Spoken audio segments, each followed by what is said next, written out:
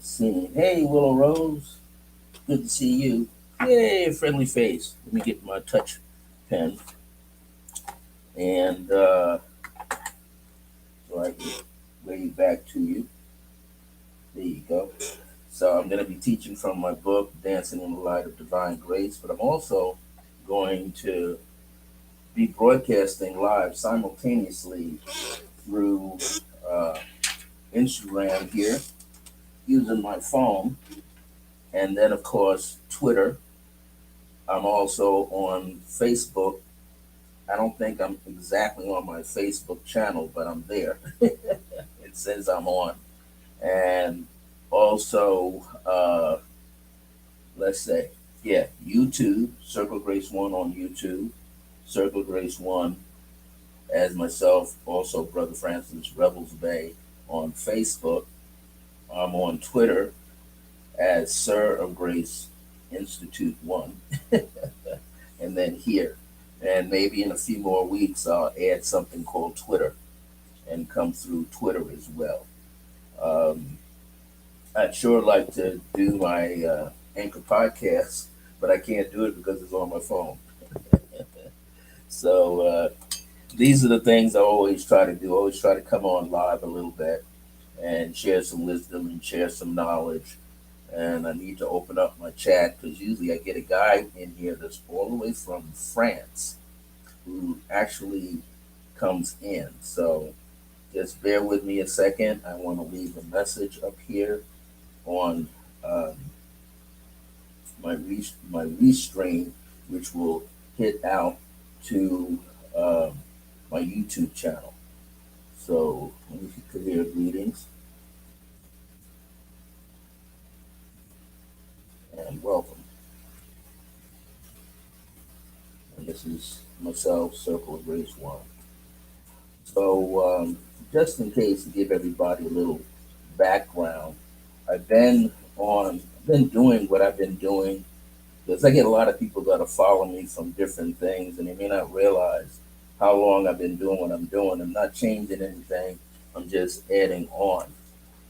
So for many people, they may not realize that I've been doing this for quite some time. This year, July 2nd of this year, marks the start of 47 years officially. Okay, so I've been doing what I've been doing, and I've been broadcasting online off and on the internet since 2008. Actually started in October, November of 2008 on a platform. Back then it was called Mogulus, and then they changed it to live stream. I've been on Justin.tv. I've been on Ustream with a U. Okay, Ustream that way. I've been on live stream, of course. I've been on broadcasted several times through Twitter.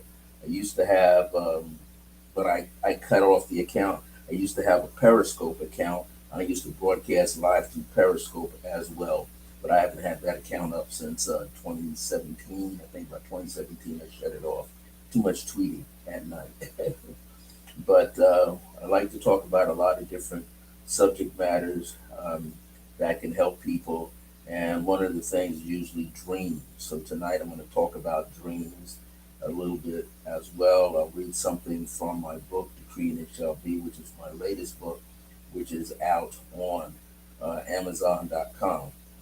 I have several other books on Amazon.com called Dancing in the Light of Divine Grace that went up in May of 2018. But that book was originally written in 2003, then published 2004. Also, that was my very first book, but that's not the first time I've been out writing. I've been a writer pretty much since 1981 when I was on my friend Lloyd Strayhorn's Amsterdam News account in New York City and another paper that he had. And then, of course, his own newsletter called Numbers and You. And I was one of his writers, guest writers. So I've been writing a long time. Okay. My next book after Dancing in the Light of Divine Grace was two channel books that came back to back. One in October of 2018 is The Wisdom of Akhenaten as I Am. But to basically show these so people will see, like, oh, is he really writing? Yes, I am. I am really an author. I'm learning how to be a better author. So here's my old Dancing in the Light of Divine Grace book. Okay, this is my old Dancing in the Light of Divine Grace book. This one came out in 2017, but then I officially put it up on, um, as I said, I put it up on Amazon.com in May of 2018. Okay, but this is my copy from 2017. And then, of course, I went and did The Wisdom of Akhenaten as I Am. This is a book that's completely channeled. Nothing was ever written down on paper at all. Just boom, channeled out live. It's my remembrance of being in ancient Egypt with Akhenaten, and this is why I wear the blue hat, because that's the color that I was connected to. Also, the second channel book. Now, this one came out in October 2018. This came out in early spring of 2019. This is The Gift, which is called The Wisdom of Nefertiti as I Am, which is also the remembrance of the teachings back then. Now, what's very interesting, some of the things that I find myself teaching about grace and compassion and humility came from that time. Okay. Also, I've been a person that works with a lot of selenite, the gemstone selenite. And so I have a smaller one here. I have some huge ones in my residence. But here's one here. This is like I call a finger wand. But I have one that I call a thigh bone that sits on my altar. And Willow got a chance to see that. It's huge. It's not little. Okay, it's about the thigh bone is about like that all the way around, and it's almost about 18 inches long. Okay, which is about somewhere from here to here if I go back like that.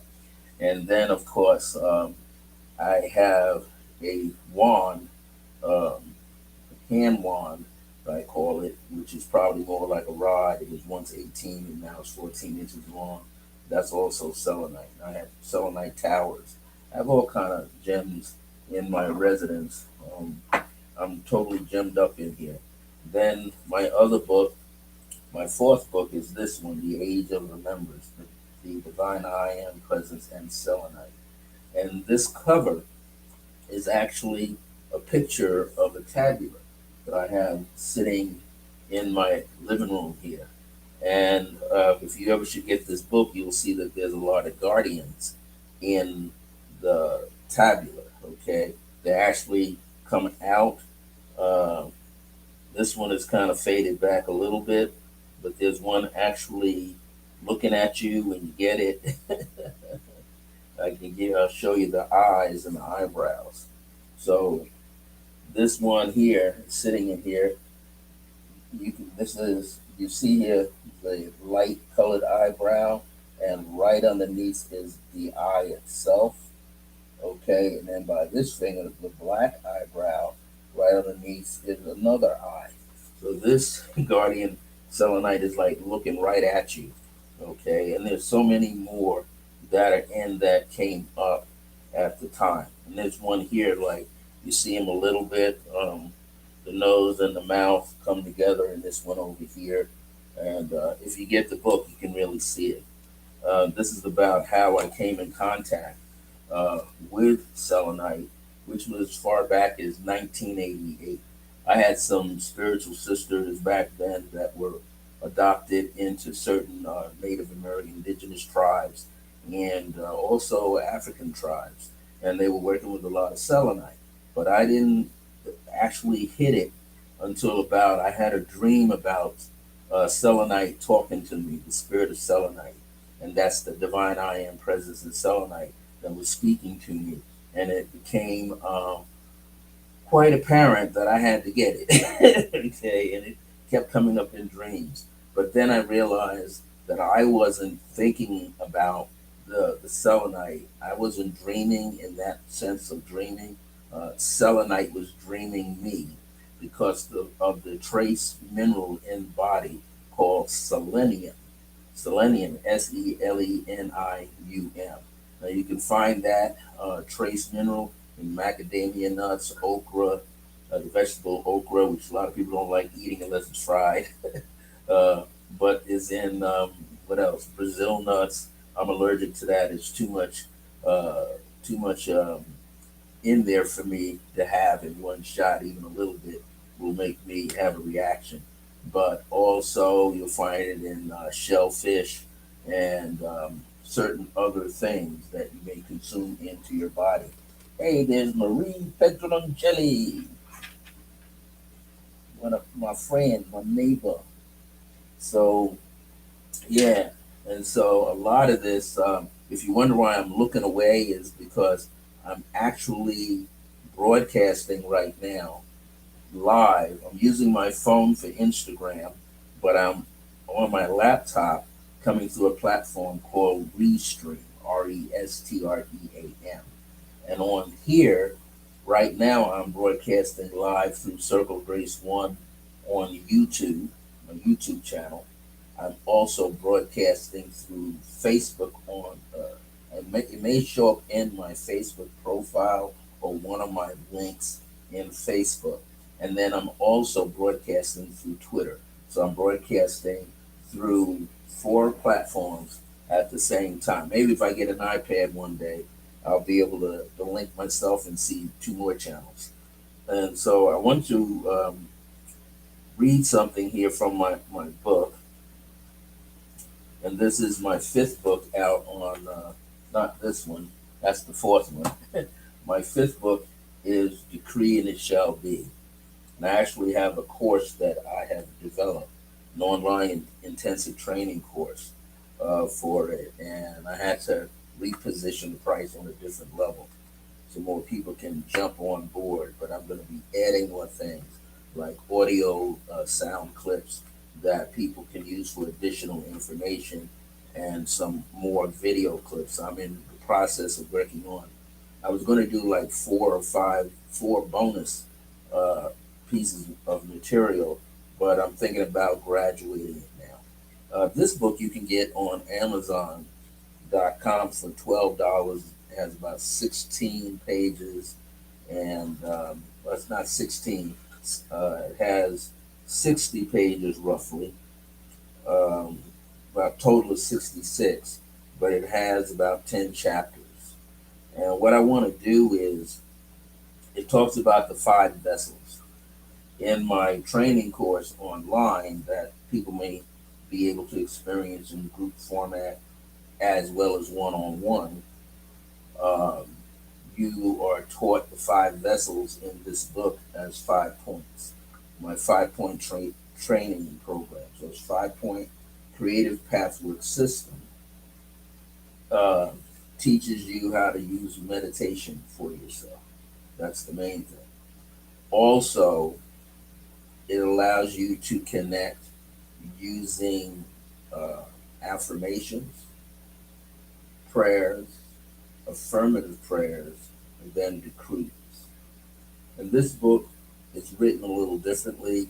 I start out with affirmations, then I go to prayers, affirmative prayers, and then I talk about meditation, and then decrees. Decrees is the top of the pyramid, the apex. Okay. So what I want to do is I want to bring a few things to the surface here for you. And I want you all to be able to connect. And and I know every time I do this, I get really excited because I'm like jumping all over the place. So the first thing I want to talk about is I'm involved in a joint project. Now we were looking to start this project this Saturday, but it won't start this Saturday. The program is, and this is if you know anybody, this is Halloween Spirit Offer that's out. This is an 8 week transformational workshop, 8 weeks with almost 8 consecutive Saturdays. And it's called Breakthrough Connections. Breakthrough Connections is how parents guardians, grandparents can connect with psychically gifted children. And I'm doing this, it's not my concept, but I was invited into this particular program by uh, Nikki Nicole Bruton Phillips, who's the owner of Connected Compass. I gotta get this together. Nikki Bruton Phillips is the owner of Connected Compass. She lives here in Albuquerque, and she works with a lot of children who have the psychic abilities that may come through them in different ways. As we know already, children who could have ADHD, who could be, which is also have autism and other things going on with them, but yet they come into the planet with these abilities and they're pretty strong. Okay, and sometimes parents might misread what they are seeing, and in the process of misreading it, sometimes the parent may be unaware that they're actually competing with their child who has these abilities. And sometimes it happens. Yeah. Now I happen to be on board with Nikki to do this, and also Michelle Vidal of Resident Essentials. And Michelle will be hosting it at her location at Resident Essentials. As soon as we get the class filled up, we need about 8 parents to fill it, but they're going to come with their children. And this is a very unique time. The original fee of this program for 8 weeks is $592. The interesting factor is that comes out to $74 per family per week. $74 per family per week. That means the family unit could be 2 parents and a child, 2 parents and 4 kids. Might be 6 kids, who knows? Might be a blended family. But if you are the parent and you're interested in this particular opportunity, and what's going to happen is that Michelle and Nikki, they're going to work with the children. So this is for little ones all the way up to maybe 18, 19, early 20s, because many children are still at home with their parents and they may have these abilities working with them. And I am going to work with the parents, giving them different types of meditation. I'm going to use a lot of guided meditation and some meditative exercises. Um, I'm the man of grace, so I'm going to be employing that grace and compassion and really helping parents connect, have their own breakthrough, and connect with that side of themselves. This program will run for about 8 weekends. Anytime there's a holiday weekend, we won't be in there on a Saturday. It depends on which way we decide to flow with it. But the interesting factor, opportunity, this particular opportunity is now being handed out like this. And I want to show it on the Restream panel. So what's going to happen, it's coming out backwards over here, Instagram. But what's going to happen is this. As we teach this program, people have to sign up. That's the first thing.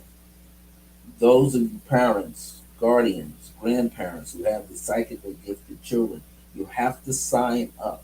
So what you need to do is you need to register at www.your, which is YOUR, Connected Compass. So ConnectedCompass.com.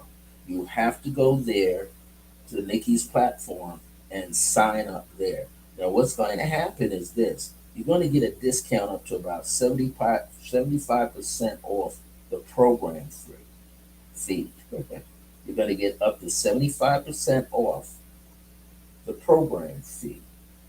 You'll get 25% off your fee and a bonus of 15% discount on the next transformational family workshop. So once you go through the first one, then if you want to repeat it, you'll get also 15% for you to take it a second time.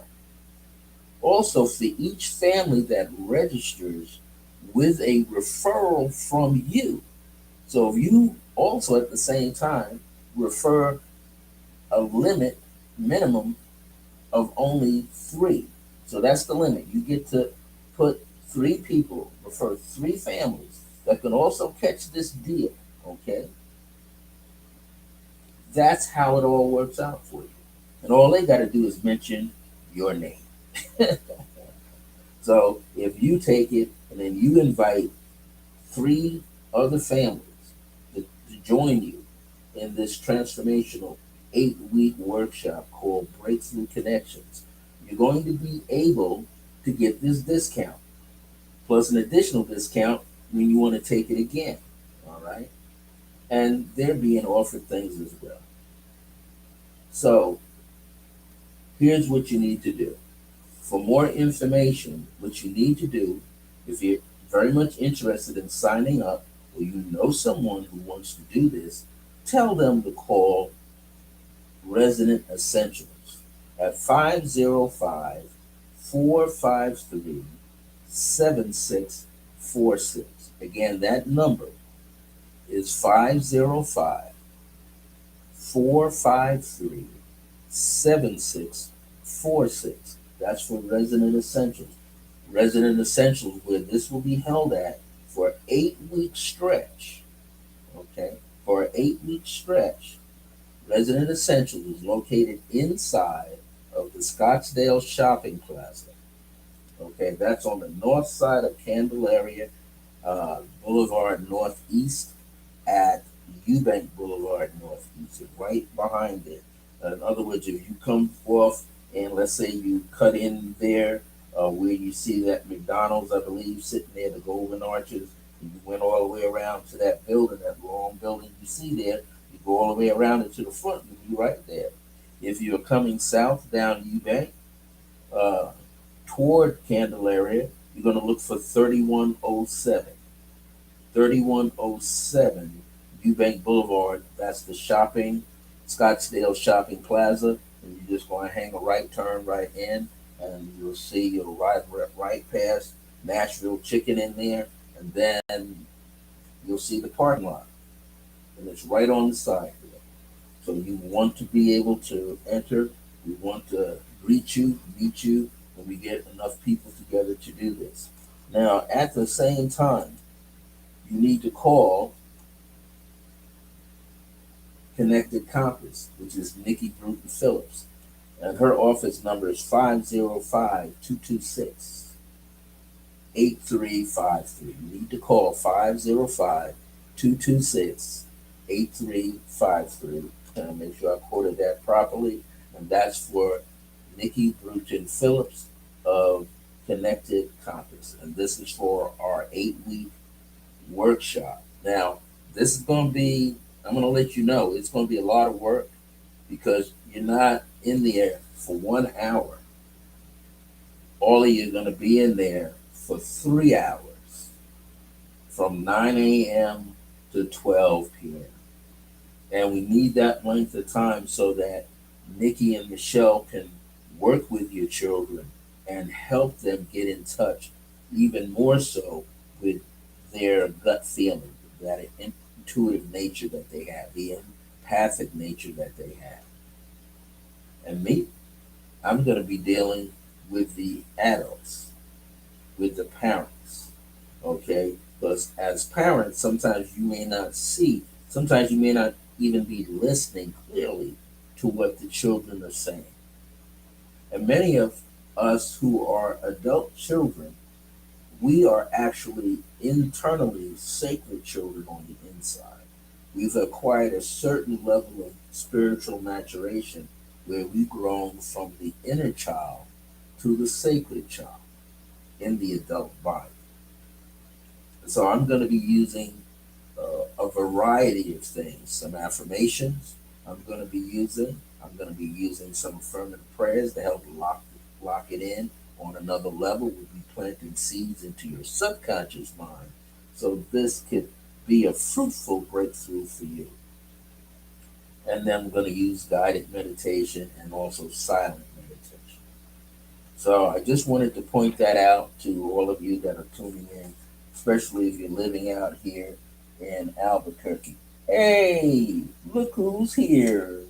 My lovely niece, Amira 777777, my favorite number. Everybody, say hello to Amira, my niece from Oakland, California. This is your Uncle Frank working it. Also, what I want to do tonight, too, because I can feel people, I can feel y'all. Some people, many of you know, I am into uh, numerology. So I brought some paper out here on the side just in case. But one of the things I want to do right now is read from my first book. This is not my first book. My fifth book, Dancing in the Light of Divine Grace. You can get this book again for just $12 on Amazon.com. Okay? And there are 10 chapters here. And it talks about the five vessels.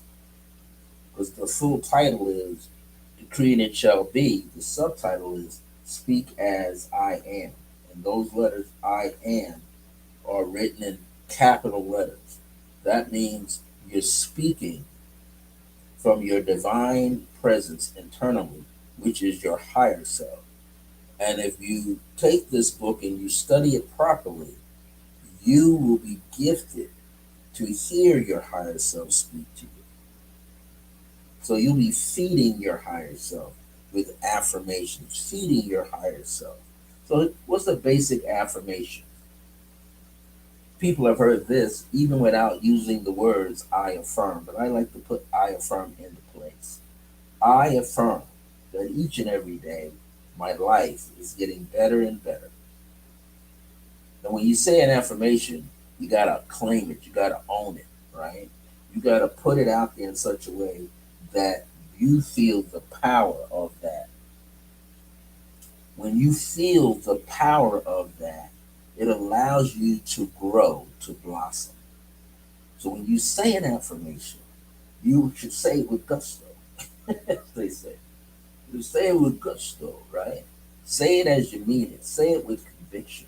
Because when you do that, you allow yourself to feel the seed, the vibrational seed within yourself. Now, here's a trigger for you.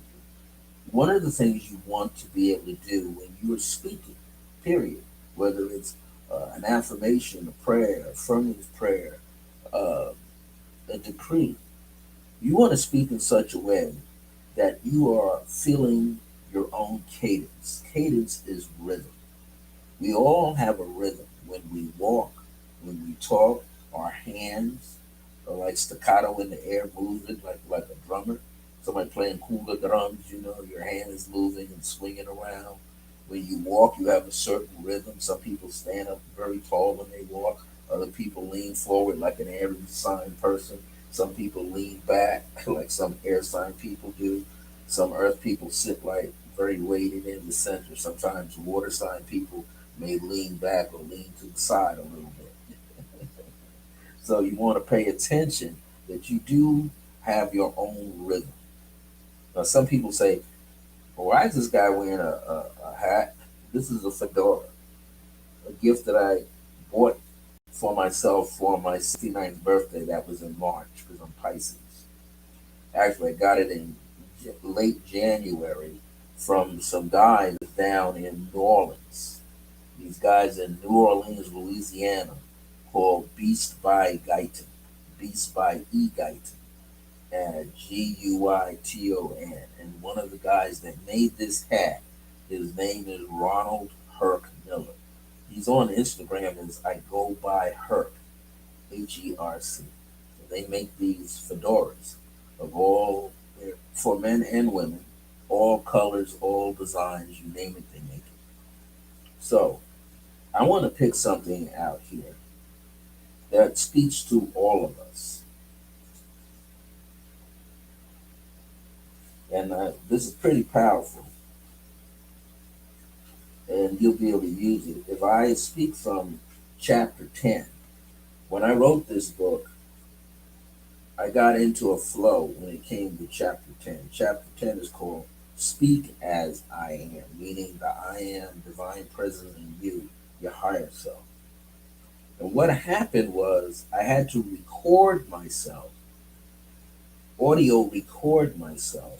So I did that, excuse me, I did that by using this little Olympus digital recorder, which is voice activated.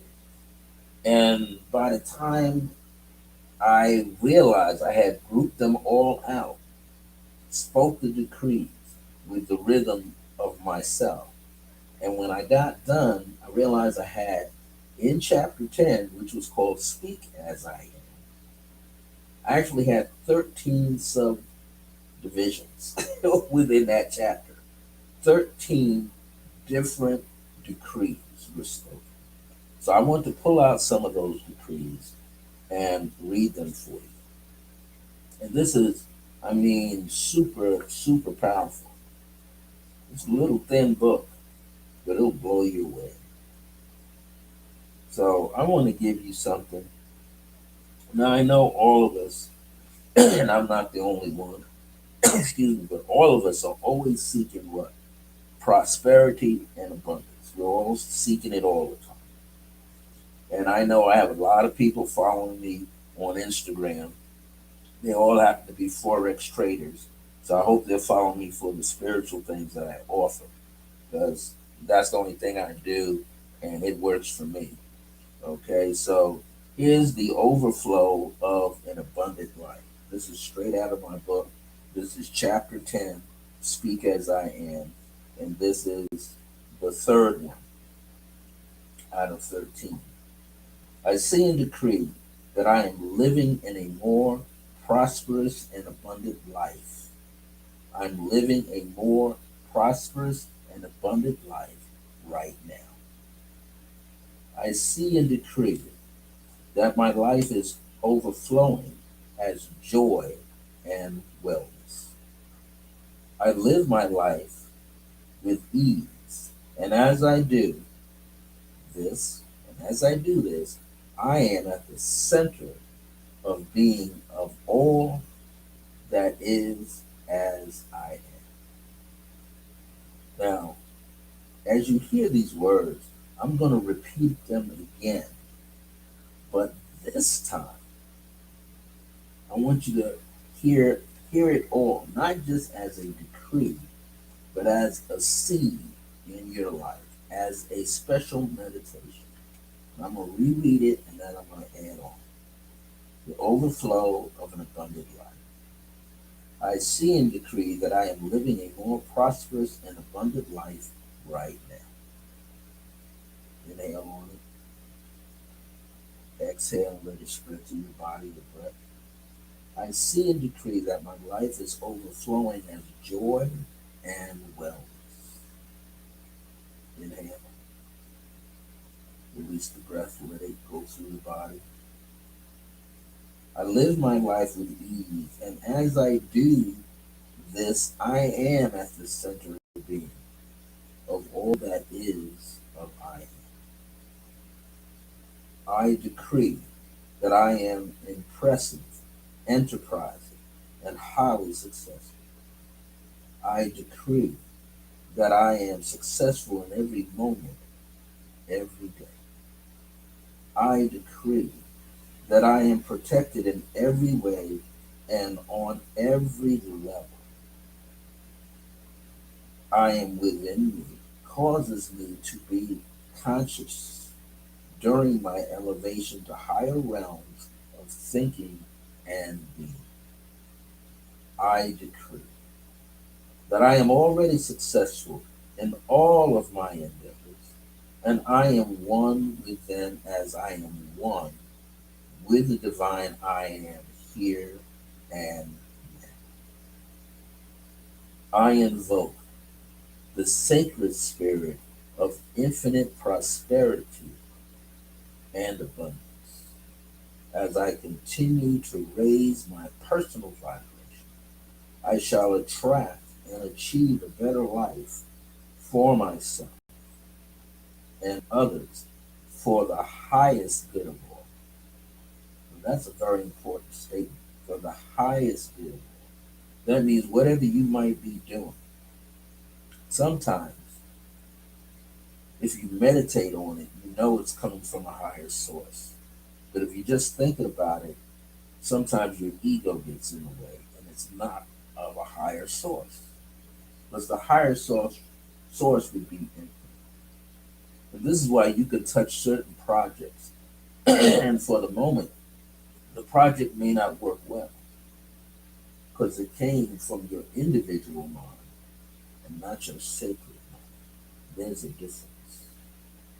And you can be highly successful through your individual mind. You can be highly successful. You can be making oogobs of money. One day it drops. You see, your spiritual side, your metaphysical being side, your spiritual side, you're a spiritual sentient being. So as a spiritual sentient being, your personal value never goes down. Your personal self-worth never goes down. It can't. Why? Because it is connected to an infinite source. And if it's connected to an infinite source, that in itself allows you to feel elevated, to be elevated, to be graduated. See, one day the material things, the physical things that we're dealing with are going to change. So you might want to pray that your bank doesn't get locked up. You want to pray that your apps don't get locked up. Because then you won't be able to draw on any of it. And where are you going to pull it from? So you are into your spiritual self, your metaphysical spiritual being self, your multidimensional self. Do you know that you can connect? And I'm going to do that tonight. I'm going to drop a key out for you. I want you to know that you, everybody listening to this, can connect with another aspect of their soul living in another multi-universe.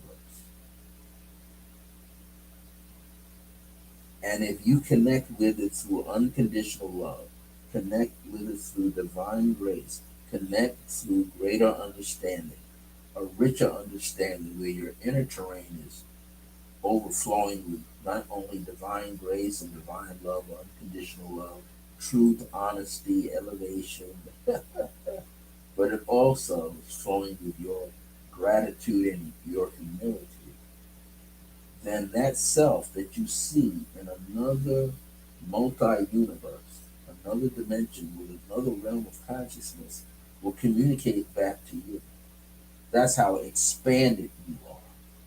You're much bigger than you actually know. And I'm going to say it from here. My spiritual colleague gave, put that up. My spiritual colleague gave me this book. She gave me this book some time ago. I'm just now getting around to starting to read it again. This gentleman's name is called, the book is called From Illusion to Enlightenment. And his name is Michael J. Rhodes. Okay, Michael J. Rhodes. And one of my closest spiritual colleagues out here in Albuquerque gave me this book as a gift. I'm just now getting back to reading it. It's so powerful. This guy here, he is really spiritually enlightened. And he tells you in this book, which some of us had an idea about, but we weren't sure. He says in here that your metaphysical being,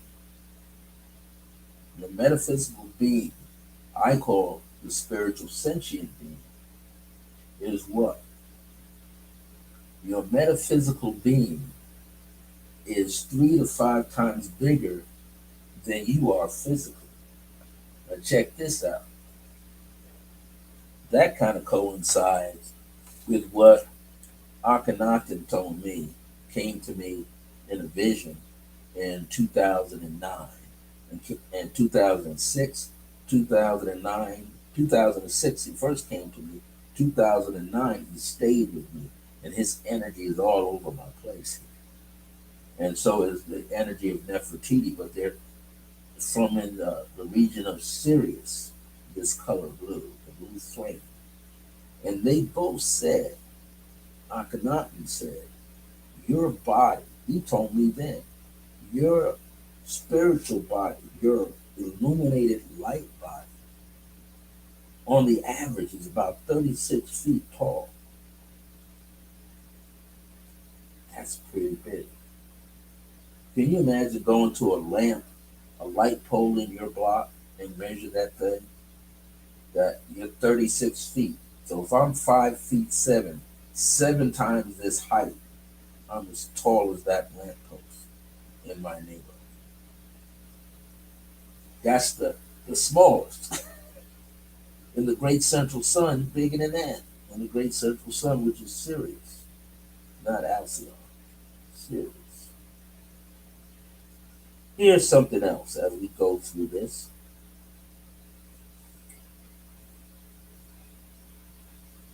And I want to repeat something, so I'm going to go back into the middle, right?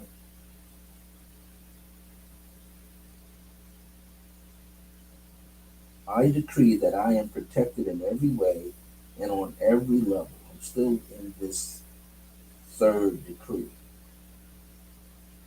I am the divine presence in yourself. I am within me causes me to be conscious during my elevation to higher realms of thinking and being. That means you can step into higher realms. You're not stuck. No one is stuck. Okay? I decree that I am already successful in all of my endeavors and I am one with them. So you have to believe in yourself. More than believe, you have to have the faith in yourself that this is true for you. That you're one with the divine I am here and now. So I say here, I invoke. I want you to get that in your heart, not in here, but get it in your heart that you are invoking the sacred spirit of infinite prosperity and abundance. As I continue to raise my personal vibration, I shall attract and achieve a better life for myself and others for the highest good of all. Every element within me radiates and resonates this as my truth. I decree that this is my life here and now. I'm gonna drop something else out. That's my neighbor has a cute little tiny dog about the size of a chihuahua. I'm gonna read something here, another decree, which is called "Be Present as I Am." Now, I read these at the same time because I get hyped by it, and then I start to bring them down. As the late Reverend Ike used to say, if you can think it up, you can think it down, and you can materialize it. So be present as I am. I decree that in every moment there is an opportunity to be myself by simply being present. I decree that I do live in more than one expression of the divine source, which is or which does overflow with infinite possibility.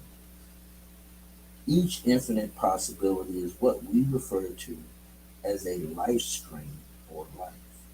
I see and decree that I can remember everything that is connected to my well being and the wellness of others in my awakened path called life. Thus, I remember and recognize this is happening right now with others in my life. I see and decree that I am the remembrance of divine source. I see and decree that I am the expression of divine source and one with divine source now. I see and decree that I remember how to be, do, and have through simplicity, harmonic peace, and creativity. Just as I have it, so do you. Peace and grace abound in you now. Excuse me for the sound in the background. You really can't help it. He's got a really excited little dog over there. Cute as a button. So, here's something for you. I just mentioned earlier that there's another part of you that you can connect with in the greater multi-universe that we reside in. Okay? So I want you to kind of, if you want, you can close your eyes as you do this. It's sort of like a meditation. In essence, it is. It's a little bit of a guided meditation, but where your remembrance of your divinity with your higher self begins to kick in. So I want you to go within yourself into this vast terrain of your spiritual world that is within you, that takes your physical body on and uses it as its own ship to go through the galaxy. Okay? So I want you to know this presence of yourself, know this presence as your higher self. And I want you to connect solely and fully with your higher self. So I want you to go within, and I'm going to count you to it very quickly. Instead of counting down, I'm going to count you up first and then drop you into it. Okay? So close your eyes. I want you to breathe. I want you to place the tip of your tongue to the roof of your mouth, just behind the two front teeth, just where it curls up, right there. And where it curls up at, it's actually outside your body, right there. And now you begin to inhale, and then exhale through your mouth. Inhale, exhale through your mouth. Inhale, exhale through your mouth. And now do all the inhalations through your nose without pausing, okay? And as you do this inhalation without pausing, letting the cadence that I spoke about earlier, we all have our own cadence based off your heartbeat. Now, the heartbeat usually goes 72 beats per second. But when you're a person that meditates all the time on a regular basis, it actually slows down. An athlete, like a marathon runner, a deep sea diver, a yogic master, a qigong master, can bring down the pulsations of the heartbeat down to 70, 68, and even 60 beats a minute. That's a long time. That's where everything feels suspended. So I want you to do that right now. Close your eyes and relax. As you relax, I want you to allow yourself to receive your own energetic light coming up out of your breath. Relax. Relax fully. Now, any sound, even beyond me, take it all as energy and let it fade into the background. Energy that fades into the background. Let it fade into the background. Now, first thing, I'm going to count you forward with 5 counts. 1, 2, 3, 4, and 5. I want you to feel the breath circulate through your body, especially follow it in through your nose, and let it go all the way down in. Now I'm going to count you so that you drop further into yourself. 8, 7, 6, 5, 4, 3, 2, and 1. Allow yourself to sit in the sea of energy. And I don't care any sound beyond your door. Let that sound be nothing but energy. Don't pay it anymore.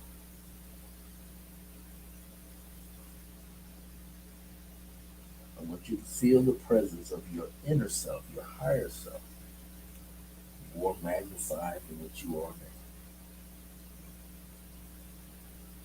Let it extend beyond your physical and keep extending. I want you to feel that energy. Feel the connection of your higher self with you.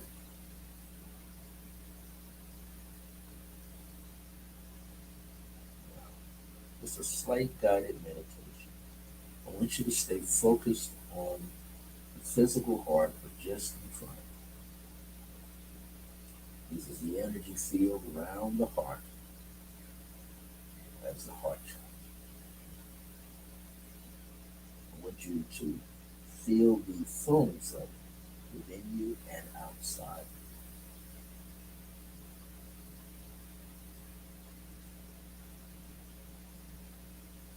And in your mind, you, your entire being, your entire body, is like a gateway that opens and is nothing but swirling energy and light. Some of you may just feel darkness, and that's okay. That is the womb of your consciousness. Beginning stages. That's when I'm in a dark color tonight. I'm black. Nothing wrong with it. It's the womb of your consciousness. And somewhere in there is a little bright, radiant light. You follow that light and it expands in the darkness of that darker light, the womb of yourself. Inhale upon it and feel its presence. Stay in the present moment. Allow yourself to connect with your divinity, with your grace, with your beauty.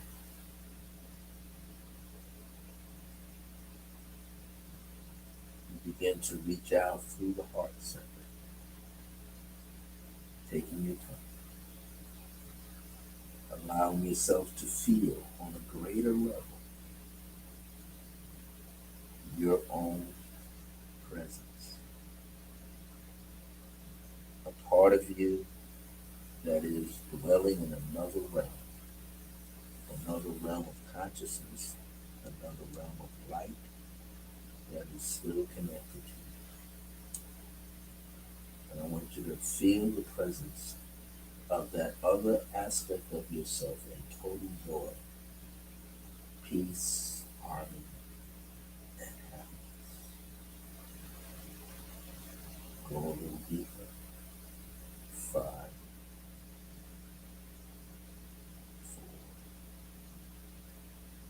3, 2, and 1. I want you to feel this light. This is you in a deeper level of being. You in a completely different presence. Yourself, your higher self. Seeing yourself expand. Seeing yourself free. Seeing yourself well. Emotionally, mentally, physically,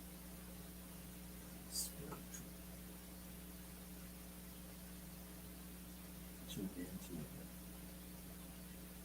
and let the radiance of your divinity flow through this gateway. And you go into the gateway with the fullness of who you are. Embrace this now. Understand it as your higher self now. Seeing yourself exploring the other dimensions and realms of consciousness, wellness, and being. Just take a few more minutes. And I want you to relax into it.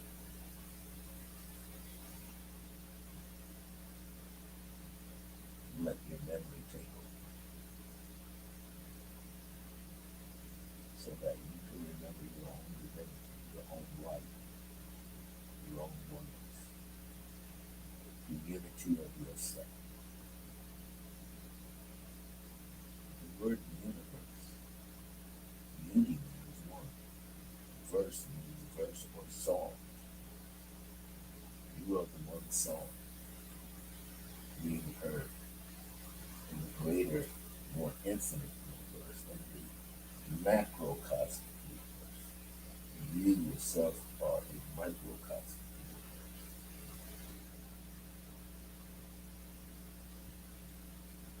Now, I want you to take your time. Come on. And as you do this, I'm going to talk a little bit about dreams and maybe about numbers. Because I get the feeling about dreams. You know that your dreams are not only just a dream, but to some of you, it's a vision. Are you aware that that's what's actually happening with yourself? That some of your dream energy is actually the mind, the inner mindset of yourself as a visionary. I'll give you a prime example. When I was about 8 years old, it's going way back into the 60s, 1960s, I had what I thought was a dream. On a weekend, I ran into my parents' bedroom without knocking. Missed something. But they were there, wanted to know what it is that I wanted to tell them. And so I looked at my father, but I looked right at my mother. And as a child, I would get excited and then I would stutter. And I told my mother, through my stuttering, that I had this dream. I saw stone benches, a white building, and I saw myself playing, hitting a ball over the net. I knew that it was called volleyball, so I was playing volleyball. The volleyball went over my head, and it went between these two big trees on this, it looked like a college campus to me. And I knew it was a campus, and I knew to say that, college campus.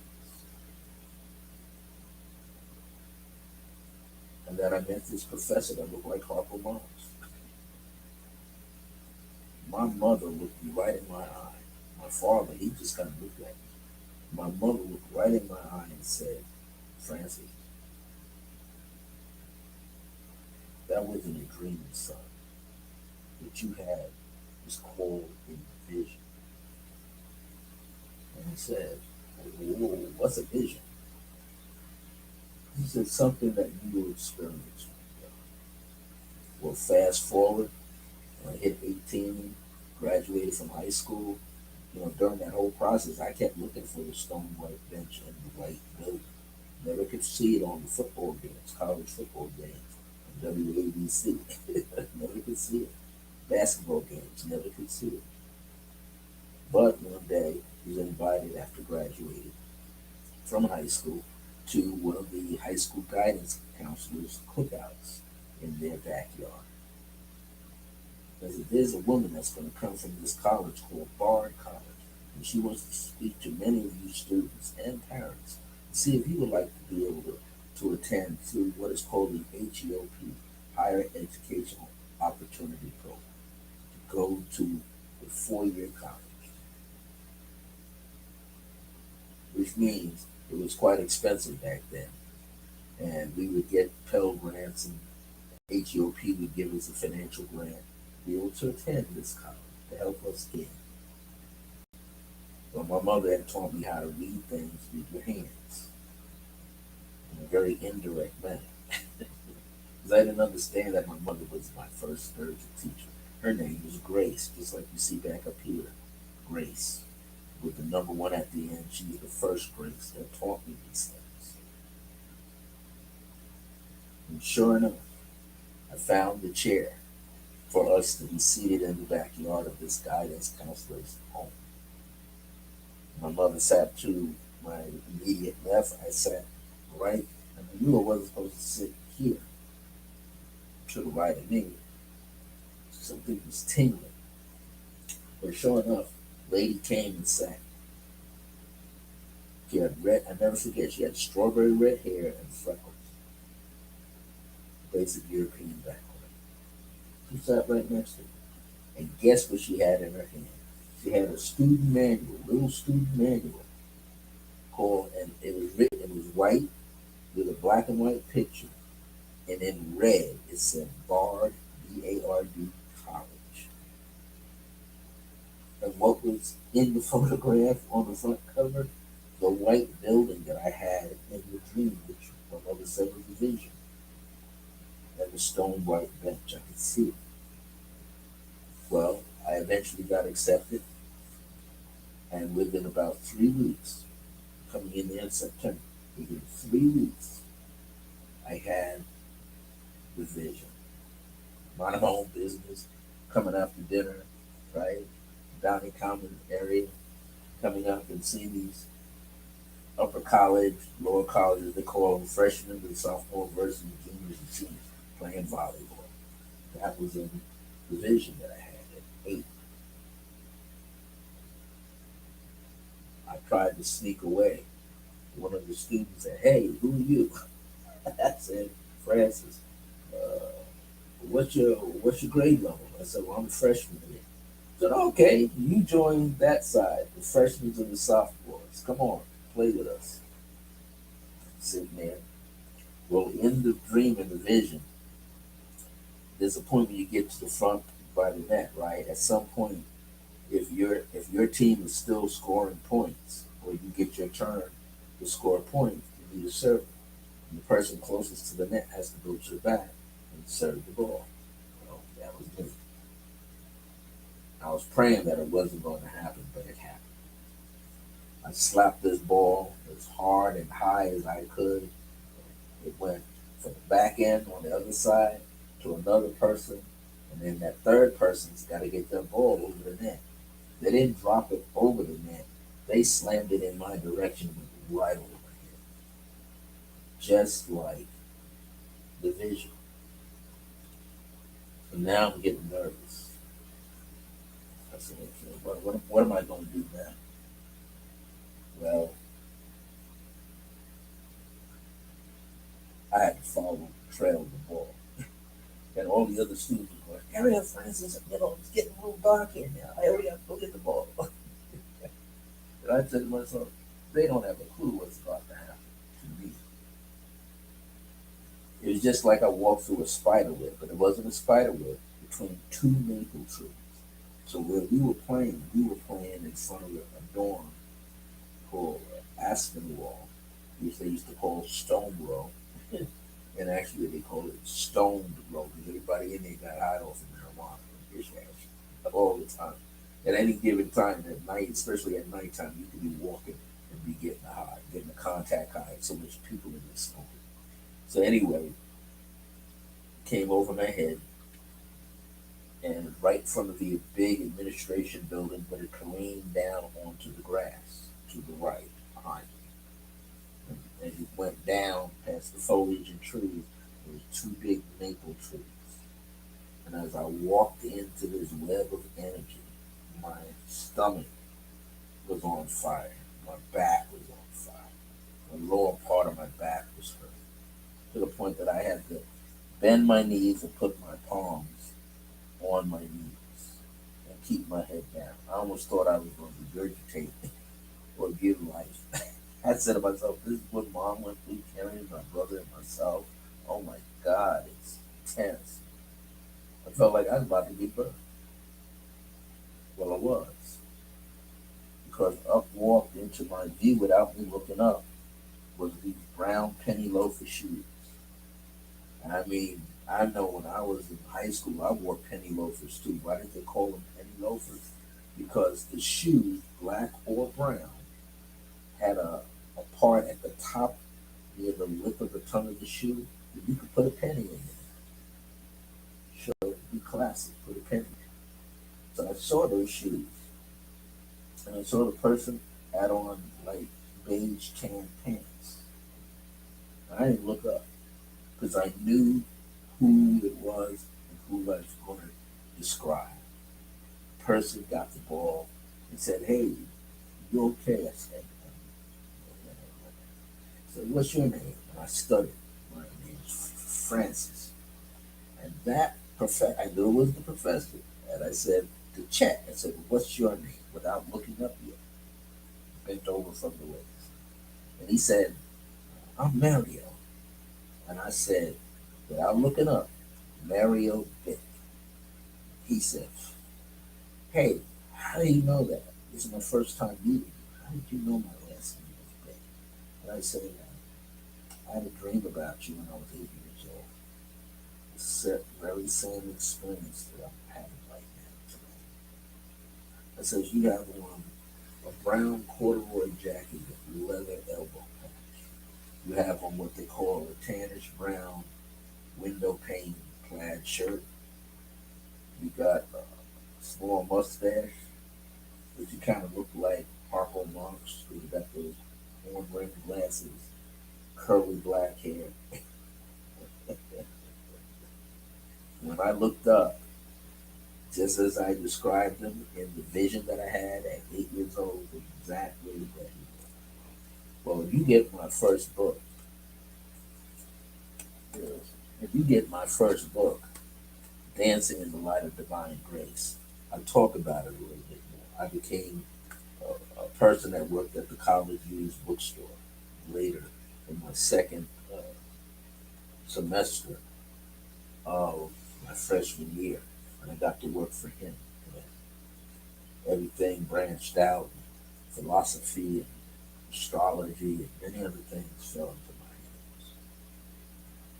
Now, the reason why I say all of that is we have to pay attention to signals that are coming from the universe, signals that are coming from our higher self, which is our divine aspect, the divine I am presence inside.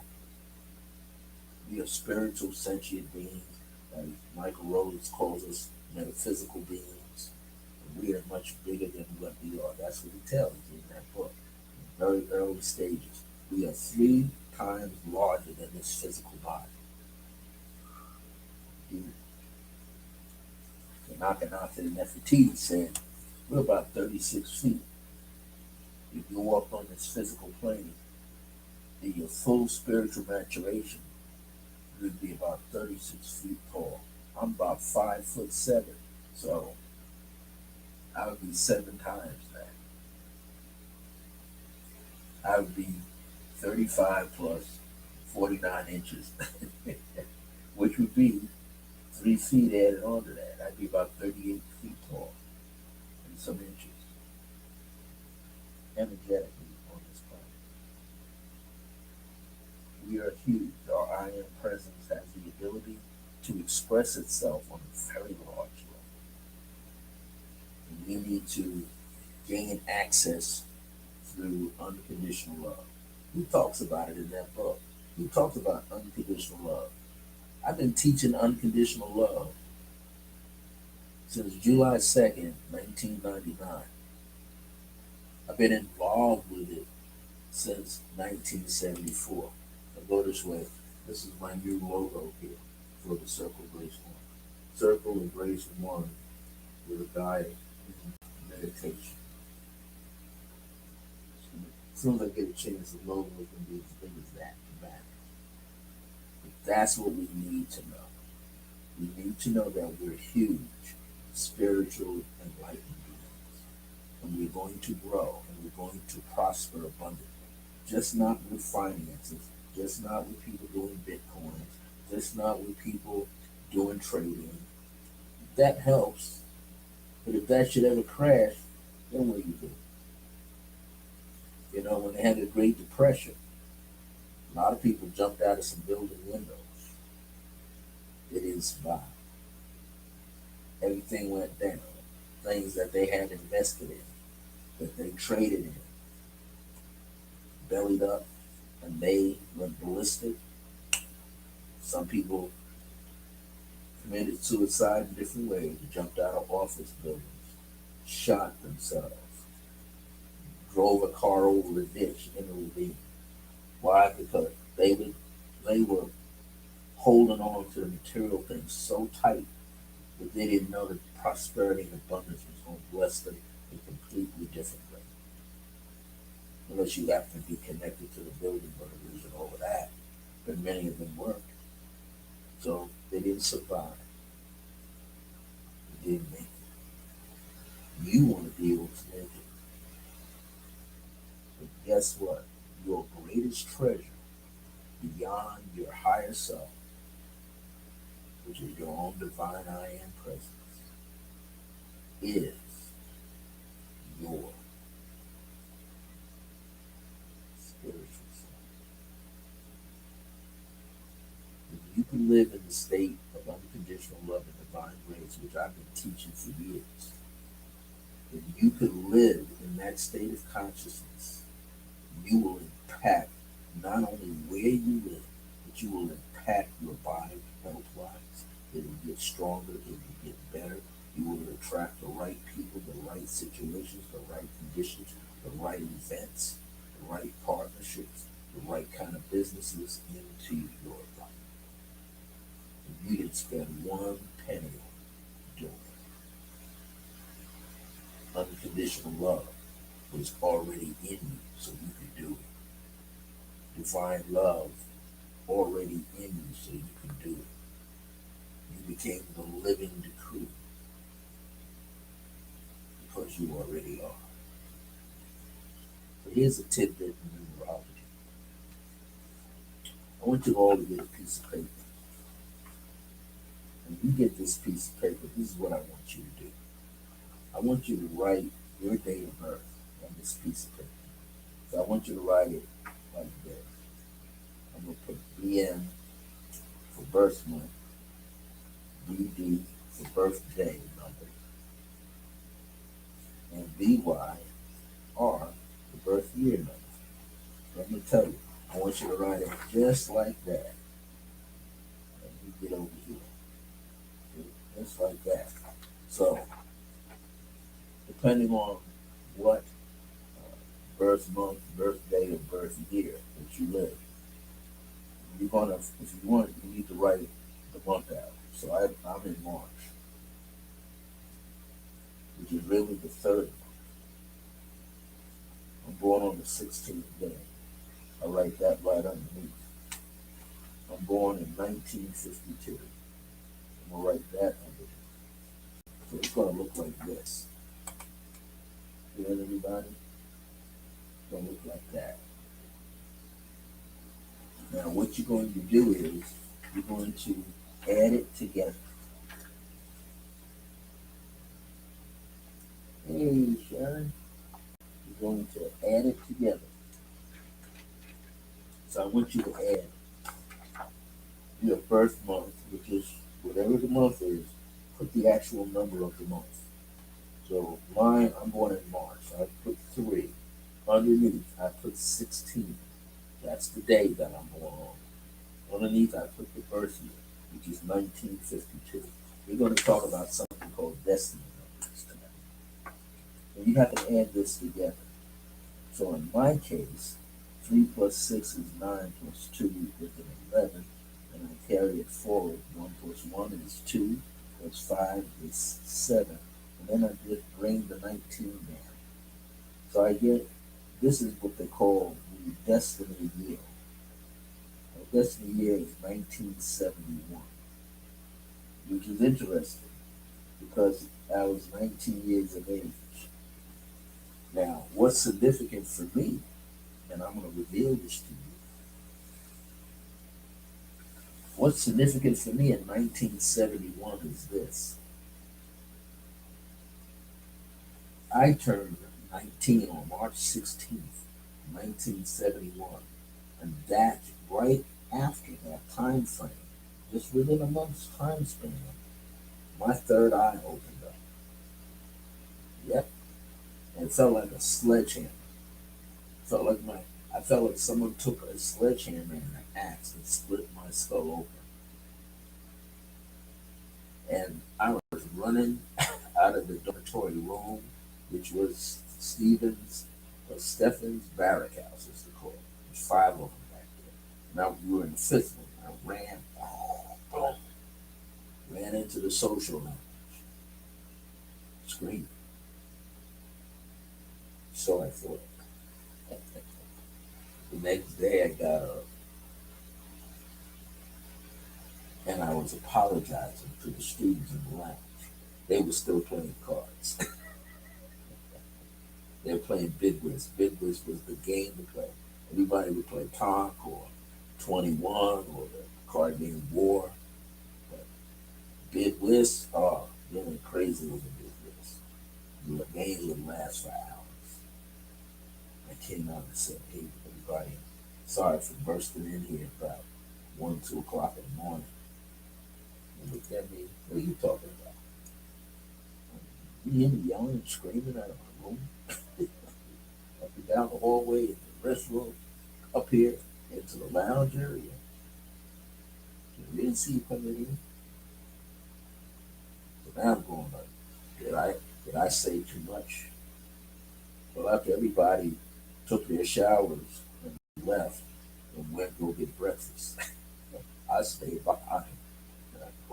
And then on the payphone, which was on our end, the mother answered. I said, Mom, I'm so glad you answered the phone. She's laughing because my mother was extremely psychic, extremely gifted woman. So she knew what was going on. She starts laughing. I said, what's so funny? He says, yeah, I can see you. So your head hurting. You know? I said, Mom, it felt like someone hit me with a sledgehammer. I'm laying on my back. Someone hit me with a sledgehammer, Mom. Split my freaking forehead right in half, right through the brow area. He said, what else did you feel? I said, I felt totally disoriented. I was frightened. I said, I even jumped up out of the bed, opened up the dorm, went down to the left, went into the bathroom, screamed. My head was killing me, Mom. Came back out, ran, ran into the social lounge, and yelling and screaming. I think they even went outside at nighttime, probably 1 or 2 o'clock in the morning. My mother starts laughing. She said, your third eye opened up. I said, my what? Your third eye opened up. I said, what is the third eye? Like a cyclops or something? She's laughing. There's no, this is a spiritual thing that happened to you. I could see. I was saying, how could she see me? She's 120 miles south. I'm in upstate New York. She's 120 miles south back on Long. How could she see us? That's when she made me a believer. I realized she knew an awful lot of things about me that were going to happen to me that I had no idea was going to happen. And that was the second major experience. Having the vision at 8 years old of being on the college campus, playing volleyball, meeting the college professor, and now my third eye opens up. Didn't know that was a part of the whole thing. Not only did that happen to me, I had many more experiences, out of body experiences, all kind of things happened. But I realized at that point I couldn't share that. I couldn't share that with the other students because they think I was nuts. But I was blessed to run into many other students after that semester, going home for the summer, coming back in September of 1971, and now meeting more students that had the same ability. They couldn't really talk to anybody either. The only thing about them having it They didn't have anybody in their family that could talk. So I was fortunate. My mother could explain what the heck was going on, and I could write about it. And she didn't scoff it. She just wrote back and said, "You gotta learn how to fast, baby." And I go like, "What is fasting? What is that now?" But I eventually got into it. When I went home for the summer months and the spring months in the beginning, Thanksgiving, I learned how to fast. So when I came back, I was able to practice that now during the school terms for the next 3 years, 4 years. Right? Fast, I learned not to eat at a certain time. So I wouldn't um, have breakfast all the time. I wouldn't break the fast with breakfast. I sure didn't miss lunch. And I sure didn't miss dinner. And if I did, sometimes I would go to the coffee house and have something, or I go down the road, like the rest of the streets, as we call it, to the bar off campus and have something. So that was significant for me. Many of you will have four digits that add up. You add those numbers. Mine was 1971. So to me, it was my destiny that something significant happened at age 19 around my birthday or thereafter.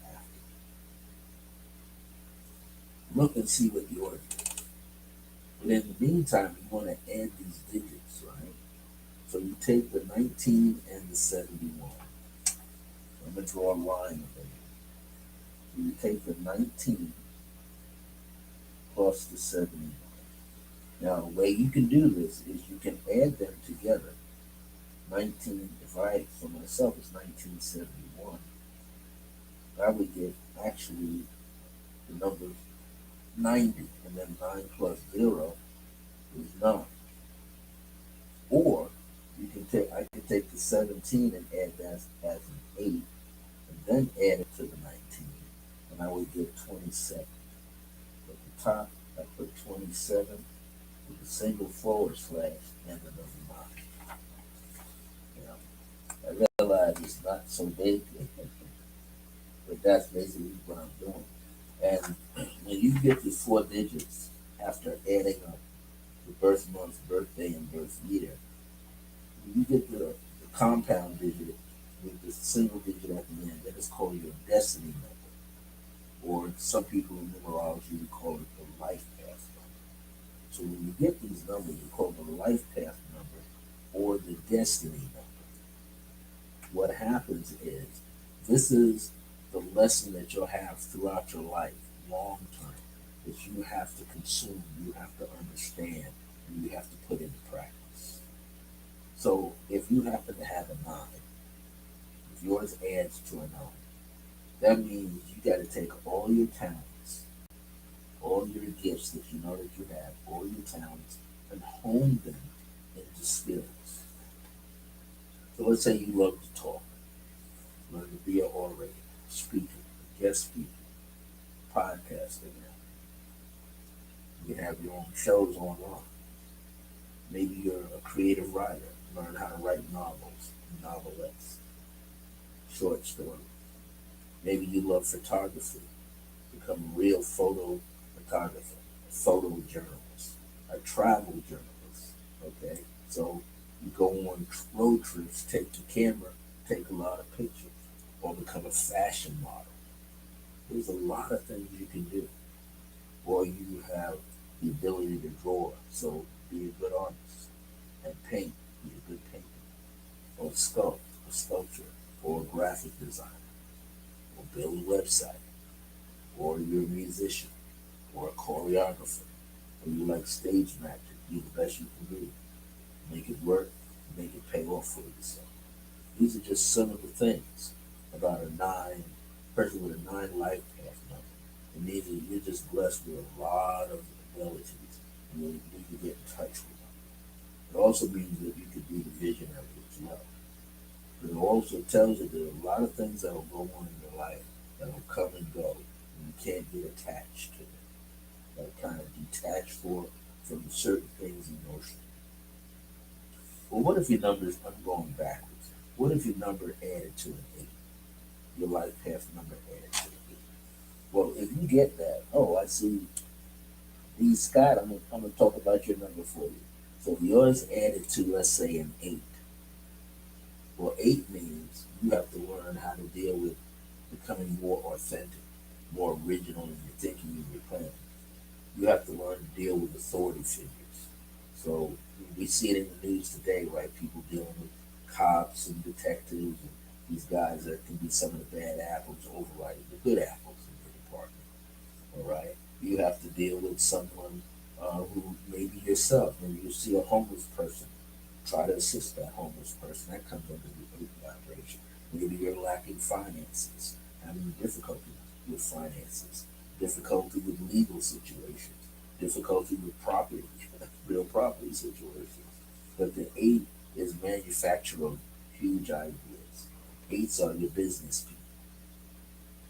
So if you have the 9 like I have, it would be good for you to connect sometimes with people born on the sign of Aries, which is ruled 9, which is ruled by Mars, represents Mars, so that's Aries and Scorpio, or ninth house Sagittarius. So you can like connect, learn how to parlay your energy into something better for yourself.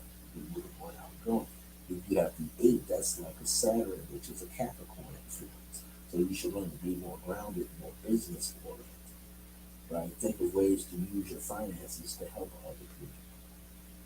If you have the 7 destiny number, that means become more spiritual, grow spiritual, get more enlightenment for yourself.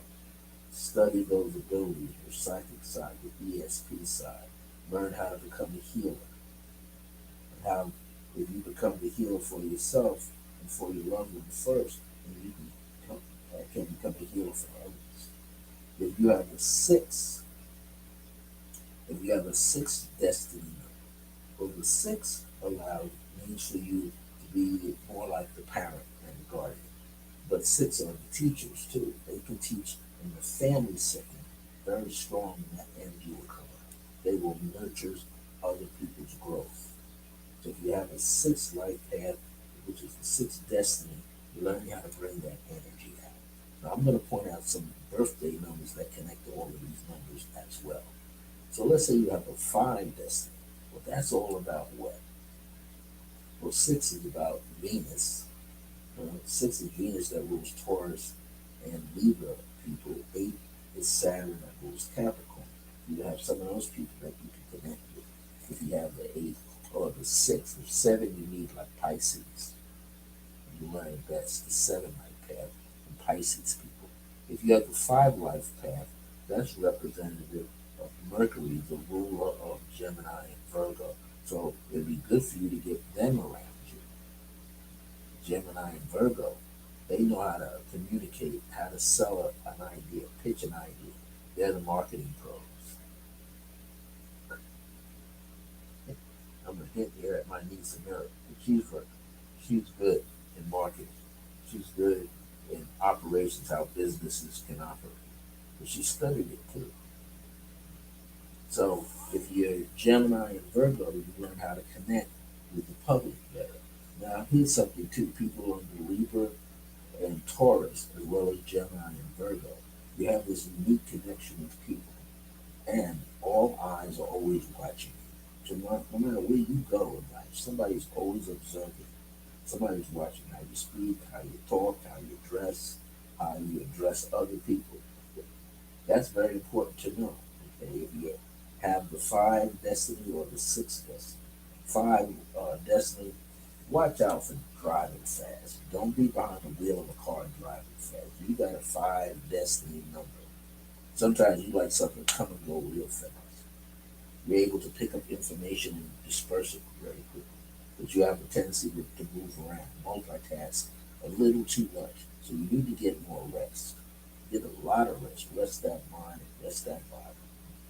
Sometimes if you have the 5 life path number, you may have a tendency to look a little younger in person than on paper, than your age. All right, here's another thing. If you have a 4 life path, which is your destiny number, it's something you have to learn about. 4 vibration as a destiny number is learning all about how to create a sturdy, strong foundation in which to build anything you're doing, whether it's a business, whether it's a business partnership, whether it's a marital family unit. You got to build a foundation. If you're by yourself, you got to build a sturdy foundation so that you can what? Not only survive, but thrive, whatever you're doing. In other words, you'll put out so much energy mentally into the universe, psychically, intuitively into the universe, that it triggers a response.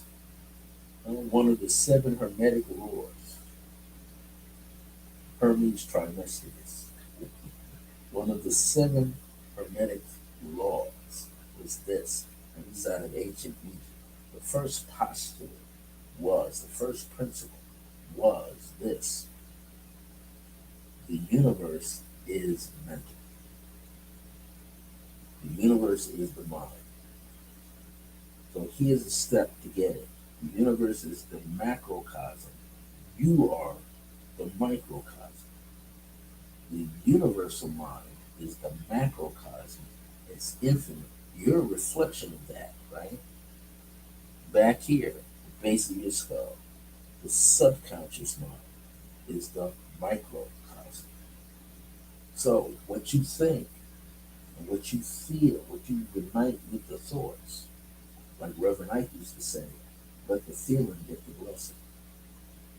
Put those feelings in touch with it. Become more sensitive. Be like a child. Expect it to happen. Boom, it's going to happen. Reverend Ike used to say, you could think it up, you could think it down. These are little catchphrases that he used, but they work. So if you have that four as a destiny number, it's about building a strong foundation. Anything you touch, you got to make it stick. Well, Dee Scott, she says she has the number three. What is the number three? Number three is the Jupiter effect. That means you've become the benefactor of your own deeds, of your own talents and skills.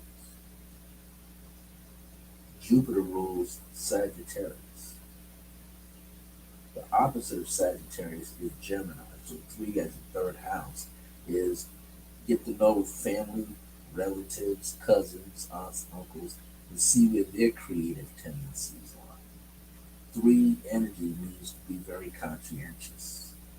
In other words, if there's a certain rule or regulation that you got to live with it, live by it, but master it. Get to know what it's about and master it. Make it work for yourself. Three, like the number five, is you're going to have a youthful outlook on life. So it's all about longevity. You're in it for the long haul. You don't start a business just to be in a short period of time. You start the business for longevity's sake. In other words, you're building a legacy. Three vibration can build a legacy. Three is being childlike in spirit, but the heart of a lion at the same time.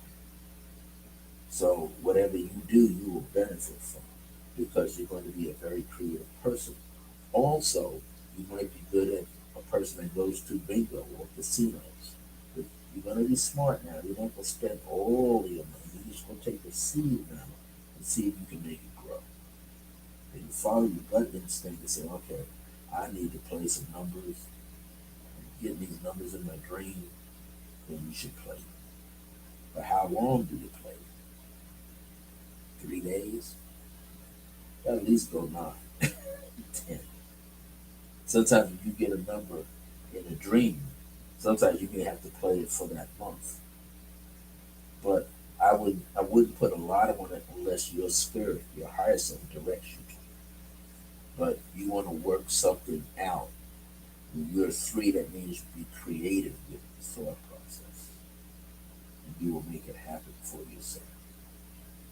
If you have a two destiny, that is the gift of partnership.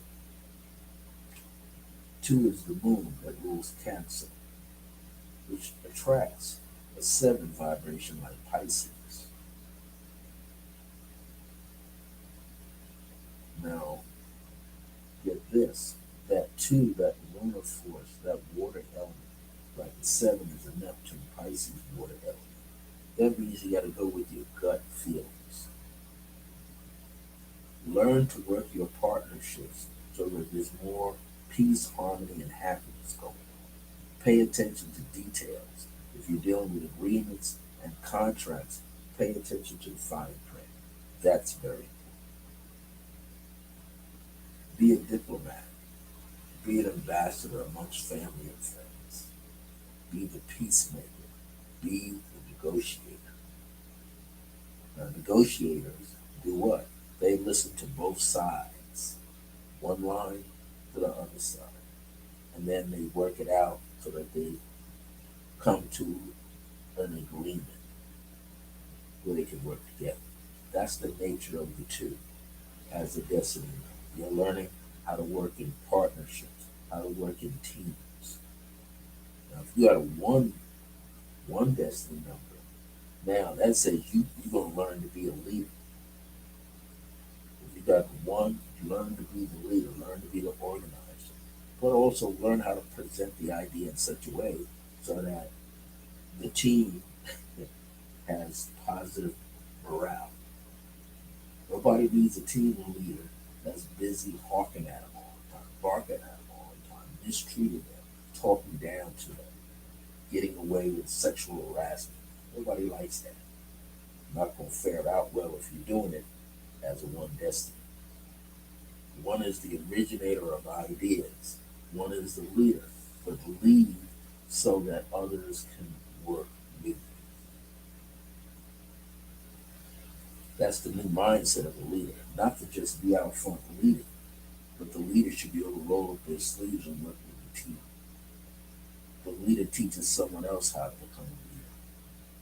Then the leader is respected by the team, which is the two, partnership. Then comes the three. Take a few people out of that and mentor them. Four, make sure they have a strong foundation. Five, let them sell themselves. In other words, put their best foot forward. Six, to be more cohesive, work like a family. Seven, respect the treasures, the spiritual nature that they have. Eight, work for the underdog. Nine, be the vision. And what is unique about the number nine? The number nine is all the other numbers adding up to it. Ones and eights produce a nine.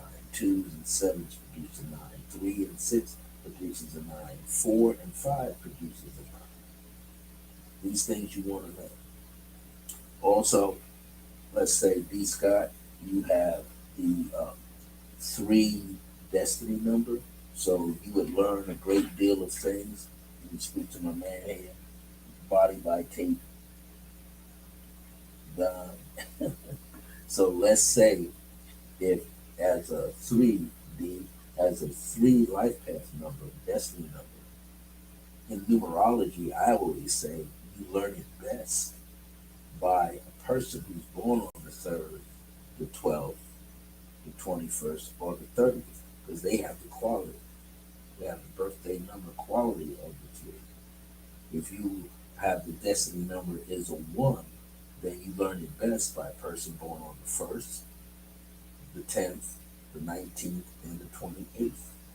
If you have the life path number of a 2 or destiny number 2, to learn that lesson, get some partner up with something and get friendly with number 2s. People born on the 11th of the month, people born on the 20th, people born on the 29th. This is how you learn, by having them around you. If you have the 4 destiny number, get together with those who personify it, having the birthday number 4, 13, 22, 31. Okay, now we get down to just the series of having 3 numbers. So you got somebody who has a destiny number 5, they learn from the 5th, 14th, and the 23rd personality. If you have the 7 destiny, then it's the 7, 16, and the 25. If you have an 8 destiny, it's 8, 17, and 26. And if you have the 9 destiny, it's 9, 18, and 27.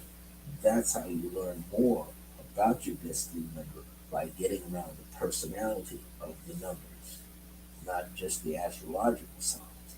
but the number, the numerical day that the person is born. And that is good for you to know. So I'm glad that many of you joined on here. We have Francois. I've known Don since what, Don? 2001? 2000? 2001. Don hails from New Jersey. Don is a multi-talented person. Don is a photographer and he's a body tape artist. And he's getting to be well known as a body tape artist. So follow him on Instagram here. I'm gonna put you all out there. My niece is on here. She's a mirror. She has 5 7s. She's a mirror 77777. That's my niece from Oakland, California, and she has a business called Home Dispatch. So if you want to know about how to go after buying a house, or if you want to know how or what things you need to do when you're going to buy a house, okay, maybe you want to refinance a house. When you go buy a house, what are the things that you need to look into? The foundation of the house. You know, that happens. You know, when a person goes out and they go to a certain bank, right? They want a mortgage, right? Get a mortgage because they want to buy the house, right? And so they want to secure a mortgage, which allows them to buy the house, right? So then what happens is this: the bank will send somebody out to appraise the property of the house that you're going to buy. Why? They want to make sure that what the person is selling the house for has matches the appraiser's value report. Now, when that person appraises that house, they're going to look at everything: the exterior condition of the house. They're going to look at the eaves. They're going to take a look at the roof, if they can see it. They're going to go inside the house. They're going to look at some other things. If you got a fence outside the house, they're going to look at that. If you have a porch, they're going to look at that. They're going to look at the windows from the outside. They're going to go inside the house. They're going to look at your garage, whether it's attached or detached. They're going to go inside. They're going to look to see if everything looks nice. And then what they do is they compare that house that you want to buy. They compare that house.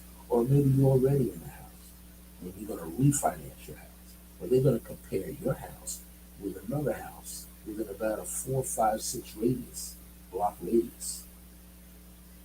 That's how they appraise your house. They're going to check to see if someone else matches your house